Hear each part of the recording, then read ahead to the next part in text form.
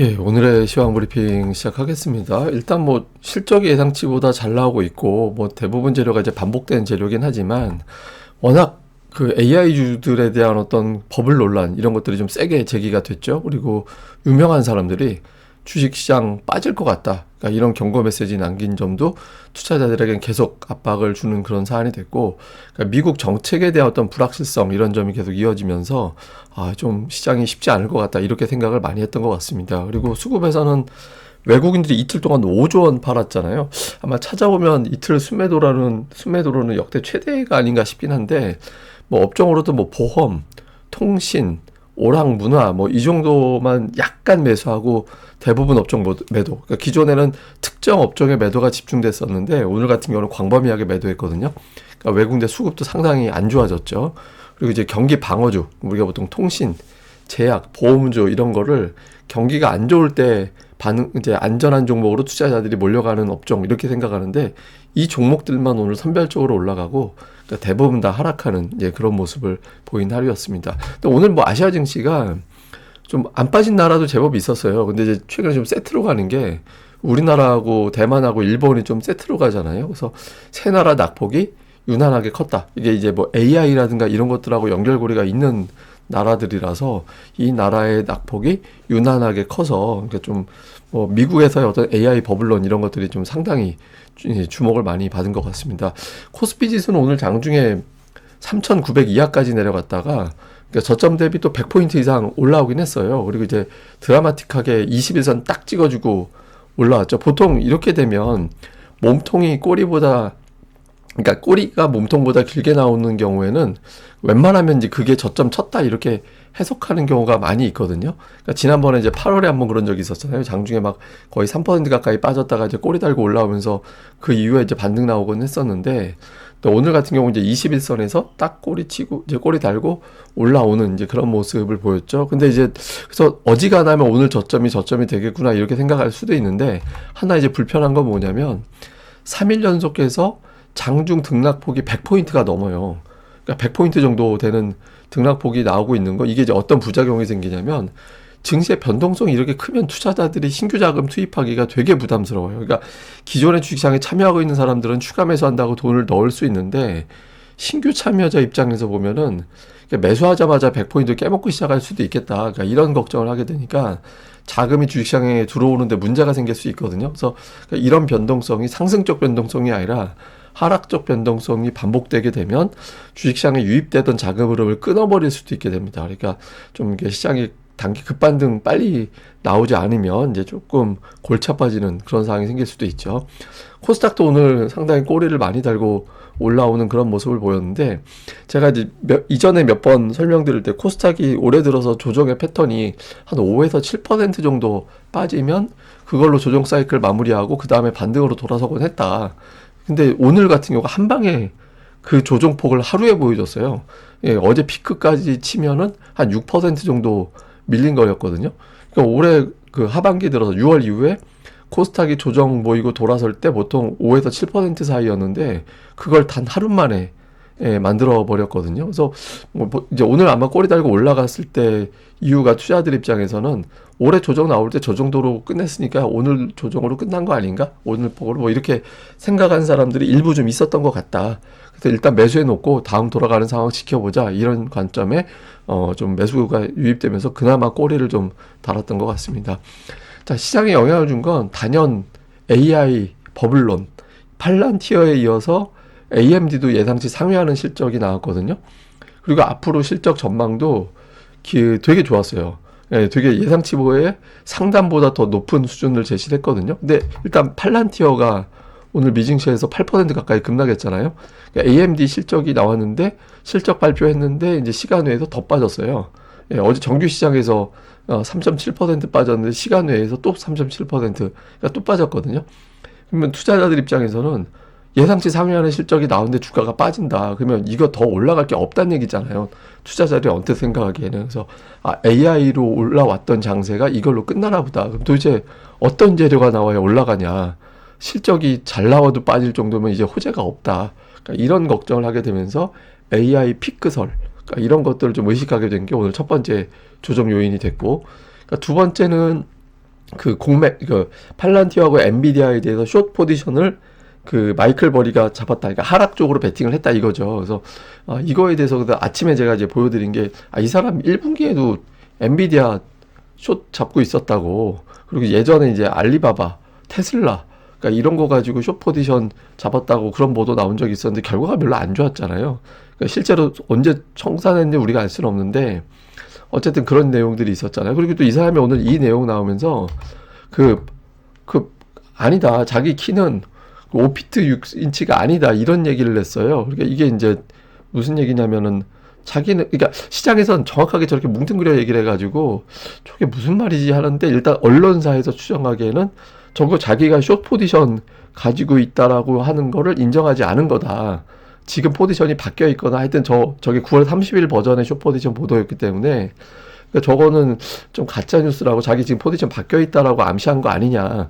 그러니까 이런 취지의 어떤 해석도 있었거든요. 근데 어쨌든 사람들은 아유 이 사람이 좀 팔란티어하고 엔비디아에 대해서 하락 베팅을 했다고 하니 뭔가 좀 걱정이 되네. 이렇게 이제 생각을 했던 것 같고요.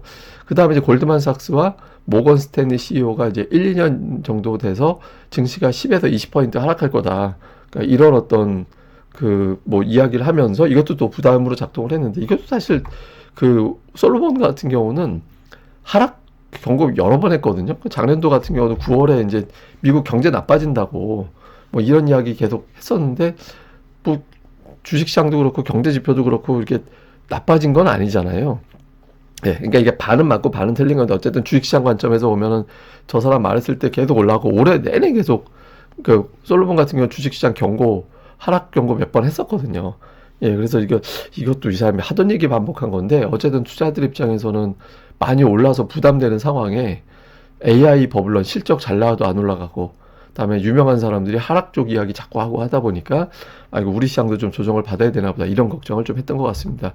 자, 그러다 보니까 이제 급기야 오늘 매도 사이드카. 이게 사이드카라는 건 뭐냐면 선물 가격이 5% 이상 오르거나 빠진 상태가 1분 이상 지속이 되면 프로그램 거래를 중지시켜 버립니다. 그래서 이제 오를 때는 매수 자금이 더 이상 들어오지 않도록 또 빠질 때는 매도 자금이 들어오지 않도록 일단 거래를 정지시켜 버리거든요. 그래서 오늘 그 정도로 변동성이 컸어요. 근데 제가 이제 코스닥 쪽 매도 사이드카 발동된 일지를 한번 살펴봤더니 2016년 이후에 쭉 봤는데 오늘이 그나마 종가 기준 낙폭은 가장 적었어요.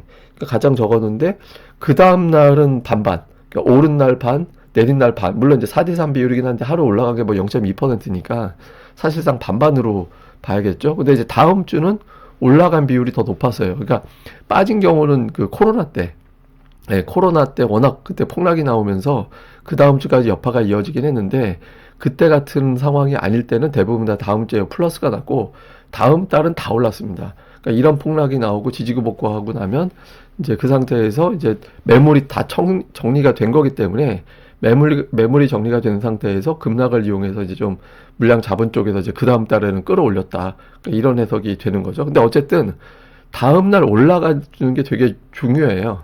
예, 다음 날 올라가지 않으면 다음 주까지 고전한다. 이런 데이터로 해석이 될 수 있어서 일단 다음 날 플러스가 나는지 여부가 당장은 되게 중요할 것 같습니다. 자, 그리고 이제 이건 어저께 제가 해드리니까 뭐 그냥 이건 또 반복할 필요 없고 그 다음에 이제 주요 종목들을 보면 하이닉스 오늘 꼬리 달렸고 다음에 이제 레인보우 로봇이 꼬리 달렸고 그다음에 셀트리온 같은 제약주로 꼬리가 달리긴 했지만 이제 큰 음봉으로 끝났고 보험주는 이제 종가가 양봉으로 끝났고 그러니까 종목들 보면 여기서 이제 하이닉스가 제일 중요하다라고 보는 게 하이닉스 같은 경우는 이게 대장주거든요. 지금 증시를 상징하는 종목이에요. 그러니까 보통 이제 시장에서 제가 뭐 자주 언급드리지만 시장이 강세장이냐 약세장이냐는 건 특히 강세장은 주포와 주도주의 존재로 확인을 한다. 근데 이제 주도주는 하이닉스잖아요. 그러니까 하이닉스, 삼성전자 이렇게 보고 있는데 주도주가 무너지는 걸 투자자들이 보게 되면 이번 장은 끝났다. 그러니까 이렇게 평가를 하게 됩니다. 그래서 오늘 하이닉스가 되게 중요했거든요. 어제 많이 빠졌고 오늘 추가적으로 좀 흔들렸고 근데 일단 꼬리 달고 양봉으로 만들면서 5일선 언저리에서 딱 끝났거든요. 근데 보통 이렇게 되게 많이 빠지고 나면 반등 나올 때 두 가지 자금이 섞입니다. 중장기 자금, 하나는 단타 자금. 예, 그래서 이제 단타 자금 비율이 높으냐, 중장기 자금 비율이 높으냐 여부는 다음 날 보면 돼요. 그래서 이게 이제 단타 자금이 비중이 높았다면 내일 장에서 또 밀리면서 이제 한동안은 그냥 변동성만 요란하게 나올 거고, 중장기 자금이라면 하이닉스 이 정도 이틀 빠지면 뭐 기회로 봐야지 이런 자금이 들어온 거라서, 그렇게 되면 이제 추가적인 어떤 매수 기회를 안 주려고 하겠죠. 그러니까 어떤 성향의 어떤 변동성이냐, 요거는 이제 두 가지. 내일장에서 어떤 주가도 중요하고, 이제 외국인들이 워낙 많이 파는 종목이라 외국인들이 매도하면 뭐 이런 뭐 이론적이고 뭐가 다 필요 없거든요. 그러니까 외국인들이 지금 하루 1조 원 이상 하이닉스 팔고 있는데 그 매도가 이제 멈추느냐, 이게 되게 중요하다. 근데 일단 주도주 관점에서 보면 상당히 위험하게 갔다가 오늘 이제 겨우 살아났다. 근데 오늘 저점을 내일 다시 위협하게 되면 새로운 매도가 쏟아져 나올 수 있습니다. 그래서 다음날 주가 흐름이 상당히 중요하다, 이렇게 봐야 될 것 같습니다. 대형주들 오늘 뭐 탑10은 오른 종목이 하나도 없었는데, 조금 안 좋은 건 삼성전자하고 SK하이닉스가 오늘 37포인트 영향을 줬거든요, 마이너스. 근데 최근에 지수 안 좋을 때 삼성전자하고 하이닉스 두 종목이 한 7, 80포인트 영향 준 거라, 이거 두 개 빼면 나머지는 괜찮았다, 그러니까 이런 논리가 됐잖아요. 근데 오늘은 안 좋은 시나리오, 이 두 개에서 확산이 됐다, 그러니까 이렇게 될 수 있는 거라서 사실 오늘 되게 나쁜 겁니다, 시그널로 치면. 예, 그래서 보통 이렇게 안 좋은 시그널이 나올 때 곧바로 반전으로 붙여놓지 않으면 이제 제법 일정 기간은 좀 고전하게 되는, 그런 경우가 생길 수 있거든요. 그래서 좀 시장이 좀 상당히 중요한 어떤 신호를 확인해야 되는 위치가 됐고요. 코스닥도 오늘 마찬가지로 이제 하나 빼고는 다 하락하는 그런 모습을 보여서, 오늘 전체적으로 저 대형주들이 저렇게 오른 게 별로 없다라는 건 그 메이저 투자자들이 뭉텅이로 던졌다는 얘기잖아요. 그래서 오늘 외국인들이 얼마나 많이 던졌는지를 또 확인하는 그런 이제 계기가 된 거죠.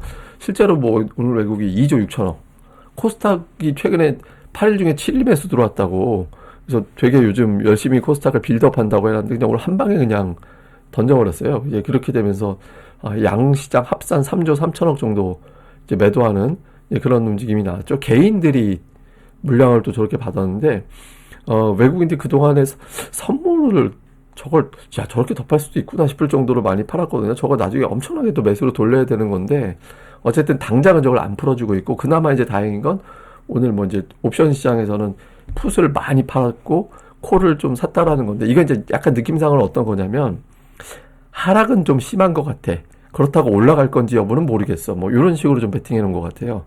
예, 그래서 오늘 외국인들의 어떤 수급을 읽어보면, 그러니까 일단 하락은 너무했다, 근데 이제 여기서부터 상승이 시작될지는 좀 봐야 되겠는데, 뭐 이런 식의 좀 신중함, 이런 것들도 좀 같이 있었던 걸로 보여집니다. 근데 오늘 개인들이 저렇게 매수할 수 있었던 거는 최근에 예탁금이 87조 원 언저리까지 올라왔잖아요. 그래서 저게 아마 돈이 좀 생겨서 그동안에 매도한 것도 있었고, 또 신규로 이제 자금 들어온 거 있어서 이제 그걸로 모처럼 한번 세게 붙어놓은 걸로 보이는데, 제가 여러 번 말씀드리지만 개인들이 지금 그 매도한 자금 말고 신규로 들어온 자금이 그렇게 많지는 않거든요. 그래서 개인들이 계속 며칠 동안 주도하기는 어려워요. 그래서 이후에 이제 조금 외국인들이 돌아서지 않으면 좀 힘들다. 그래서 하루 이틀 정도의 개인이 받을 수 있어도 3일 이상은 못 받습니다. 그러니까 이제 수급의 턴이 상당히 필요해 보이고, 종목은 뭐 오늘도 하이닉스, 전체 매도의 딱 절반이 하이닉스였습니다. 예, 그리고 삼성전자를 3일 연속, 최근 들어서 3일 연속 매도한 적이 없었는데 3일 연속 이제 매도를 했고, 그나마 이제 매수한 거는 현대차. 예, 현대차를 한 400억 정도 매수하고, LG에너지 솔루션, 그리고 삼성전자 우선주는 또 매수했어요. 예, 이런 거 이제 매수했는데, 그 외에 이렇게 업종별 특징이 있다, 이렇게 이제 보기는 어려운 것 같고요. 그 다음에 기관 투자자들은 오늘 하이닉스를 샀는데 한 가지 특징이 있습니다. 그러니까 그 기관이 하이닉스를 매도하지 않아요. 최근에 계속 사고 있거든요. 근데 매수하면서 금융 투자 중심으로 매수가 들어왔었는데, 그러니까 이번 주 들어서는 연기금이 매수에 붙었습니다. 예, 그러니까 외국인들 매도만 조금만 멈춰지면 하이닉스 같은 경우는 이제 수급이 잘 붙어가고 있기는 하거든요. 그러니까 아직까지 주도주로서의 위상이 완전히 꺾인 것 같지는 않다, 그러니까 이런 해석도 좀 되는 거죠. 근데 그 외에는 이제 보험, 금융, 그러니까 이런 업종의 종목군들이 일부 좀 들어가 있었고요. 다음에 이제 코스닥 쪽에서는 이제 외국인들이 그 알테오젠, 에코프로, 시가총액 상단에 있는 종목군들을 좀 매도를 하는 그런 모습이 있었고, 이제 매수는 규모가 오늘 워낙 많이 판 날이라 순매수 1위 종목이 휴젤인데 200억이 안 되잖아요. 그래서 조금 매수 쪽에서 어적성한데, 다만 이제 업종으로는 그 엔터, YG, JYP 뭐 이런 식으로 이제 엔터주, SM까지, 그러니까 엔터주를 좀 매수해 놓은 게 오늘 하락 이용해서 이제 이 물량 담은 게 좀 특징이었고요. 그러니까 기관은 뭐 휴젤, 로보티즈 그다음에 엔터주 이렇게 팔았는데 매수는 이제 알테오젠이 가장 많긴 한데 반도체 관련주를 또 오늘 열심히 하락을 이용해서 담았어요. 그러니까 심텍, 원익 IPS, 유진테크, 리노공업, HPSP, 동진세미캠, 뭐 이오테크닉스, 하나마이크론, PSK, 테크윙, 하여튼 쭉 깔아가지고 이제 오늘 하락 이용해서 이제 반도체 소부장 쪽을 쭉 담았거든요. 그래서 어제 올라가는 타이밍에 밀린 거잖아요. 그래서 아마 기관들은 이제 그쪽을 한 번 더 끌어올리려고 하나 보다, 뭐 이런 추정도 가능한 것 같습니다. 자, 일단 미국에서 팔란티어 AMD 실적 잘 나왔는데 주가는 시간외에서 빠졌고, 또 이제 팔란티어는 정규시장에서도 빠지고 이렇게 됐잖아요. 지금 미증시 마감하고 나서 이제 AMD가 시간에서 빠지긴 했는데 정규시장에서는 또 계속 그렇게 될 거냐. 이게 이제 오늘장에서는 좀 멎어주는, 예, 그게 우리 시장 항상 되게 중요할 것 같고요. 그 다음에 미국 지표가 안 나오는데 민간 지표들은 나오거든요. 그 고용 지표를 가늠하는 ADP 민간 고용. 예상은 32,000 정도 예상하고 있는데, 지난달에 마이너스 났잖아요. 그래서 이게 이제 고용 지표가 예상치 비슷하게 나오는 게 제일 낫습니다, 지금은. 그 다음에 이제 3일 연속해서 100포인트 변동성. 오늘 낙폭은 절반 정도는 줄이고 끝나긴 했지만, 어쨌든 이런 변동성 자체가 아랫방향으로 나오는 건 신규 자금 유입을 제한시킬 수 있기 때문에, 그러니까 매수 기회야 이렇게 생각할 수도 있지만, 기존에 주식 들고 있는 사람들은 추가 매수하는 자금을 넣을 수는 있어도 신규 참여하기에는 고민이 될 수 있거든요. 그래서 이게 이 범위에서 빨리 벗어나서 이제 좀 올라가는, 예, 그런 흐름이 중요할 것 같고요. 그 다음에 이제 그 반등이 나올 거라고 보여지는데, 만약에 반등이 나올 때, 이제 뭐 단기에 볼 때, 그때 첫 번째 주도하는 업종이 뭐가 되느냐. 예, 이거는 좀 의미가 있죠. 시장이 좀 큰 변동성 이후에 이제 올라갈 때 어떤 업종이 되는지 여부가 또 지금 11월 주도주 구도에 좀 참고가 될 수 있는 중요한 기준이 되니까 이것도 좀 집중적으로 잘 살펴보는 게, 예, 필요할 것 같습니다. 예, 그리고 이제 외국인들이 그 매도를 집중적으로 해서 이게 이제 도대체 뭔 매도냐. 근데 이제 제가 좀 생각을 해보면 이것도 있는 것 같아요. 그러니까 올해 코스피 시가총액 추세를 보면 4월에 그 트럼프가 관세 날이라고 하면서 했을 때 2,000조 원이 안 됐었는데, 그게 이제 올라가가지고 시가총액이 2배 가까이 증가했거든요. 그러니까 대형주 쪽, 지수 말고 이제 대형주 쪽으로 많이 올라가다 보니까 시가총액이 엄청나게 올라갔잖아요. 그러니까 그 글로벌 펀드에서 그 한국만 투자하는 펀드가 있지는 않잖아요, 거의. 그러니까 예를 들어서 뭐 아시아 펀드, 신흥시장 펀드, 뭐 이런 식으로 이제 펀드 안에서 한국의 비중을 가지고 넣는 걸 텐데, 한국이 유난하게 좀 튀게 올라가 버려가지고, 그러니까 한국의 비중이 되게 커졌을 거예요.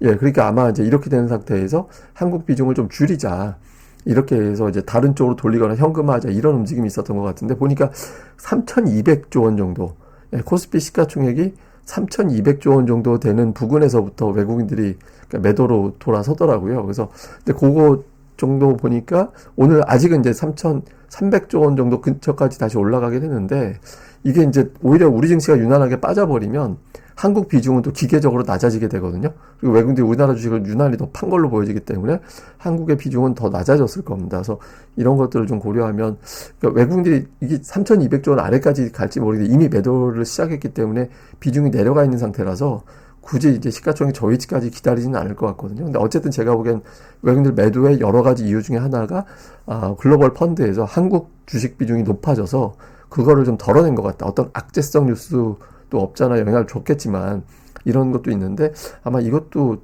피크가 쳤다면, 피크라면 오전 아침에 반짝 나오고 나서부터 매수를 확 돌아서야 돼요.